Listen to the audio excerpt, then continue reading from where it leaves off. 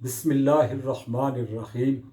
فلسطین اور کشمیر سمیت دنیا بھر میں ظلم اور جبر کا شکار ہونے والے میرے بھائیوں، میری بہنوں اور عزیز ہم وطنوں، السلام علیکم۔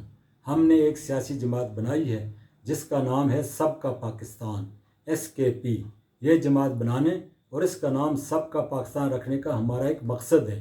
آپ جانتے ہیں کہ پاکستان 24 کروڑ افراد کا ملک ہے، لیکن آپ سب اس بات سے اتفاق کریں گے کہ یہ اصل میں صرف 3 سے 4 کروڑ پر مشتمل برات یافتہ افراد اور مخصوص طبقات کا پاکستان ہے۔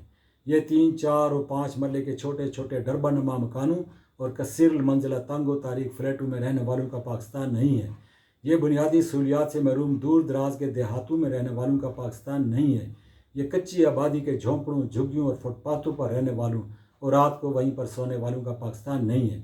اور ہم نکلے اس عزم کے ساتھ کہ ہم بنانا چاہتے ہیں اس پاک دھرتی کو صحیح معنوں میں 24 کروڑ عوام کا پاکستان، کہ جس کے وسائل پر سب کی دسترس ہو اور جو اپنی قابلیت، صلاحیت اور محنت و مشقت کی بنیاد پر ان وسائل سے مساوی طور پر استفادہ کر کے اپنے لیے ایک بہتر روزگار، اپنے گھر والوں کے لیے ایک مناسب اور کشادہ رہائش، آنے جانے کے لیے ایک چھوٹی سی گاڑی، صحت کی مکمل اور تعلیم کی زیادہ سے زیادہ سہولتیں حاصل کر سکیں۔